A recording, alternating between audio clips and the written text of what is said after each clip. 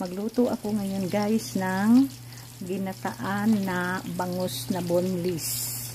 Ayan yung ating bangus. Tinimplahan ko na siya pinigaan ko ng kalamansi at tuyo. Ayan lang, saka black pepper. Tapos iprito na natin. Ayan na siya. Pinirito ko na siya. Ngayon, ang i-share ko sa inyo ay maggata ako ng boneless na bangus. Naluto ko na yan dati guys. Ni-repeat ko lang siya kasi nasasarapan kaming lahat. Ayan, ang kompletong ingredients. Ang bangus na pinirito na, boneless. Saka ayan, ang kompleto kong ingredients. Ayan, lagyan ko lang siya ng sitaw at saka talong. O, ayan, napakasarap na. And napaka-healthy na ulam. Ayan, kung baguhan lang kayo, don't forget to like and share and mag-subscribe sa aking YouTube channel. Thank you guys!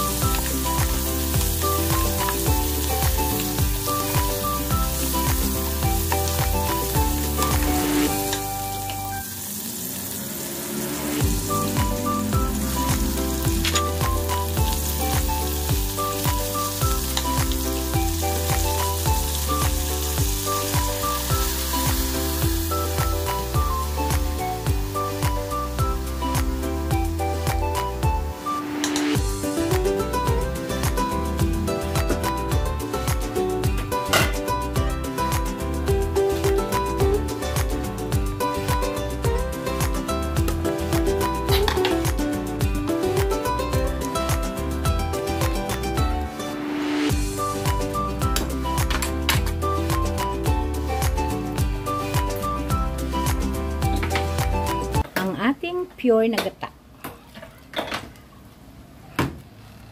Mas masarap pag fresh na gata ang gamitin natin dito guys.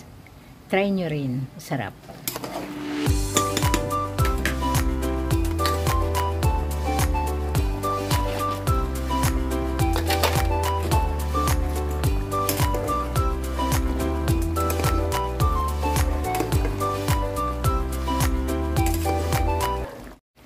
Ito na siya guys, ang finished product ng aking ginataan na boneless na bangus. Ayan, napakasarap niya guys. Nilagyan ko lang siya ng additional na chicken cubes para maging masarap at dagdag lasa naman. Ayan, napakasarap ng lasa niyan guys. Try nyo rin. Ayan, thank you for watching. Bye-bye. See you on my next vlog.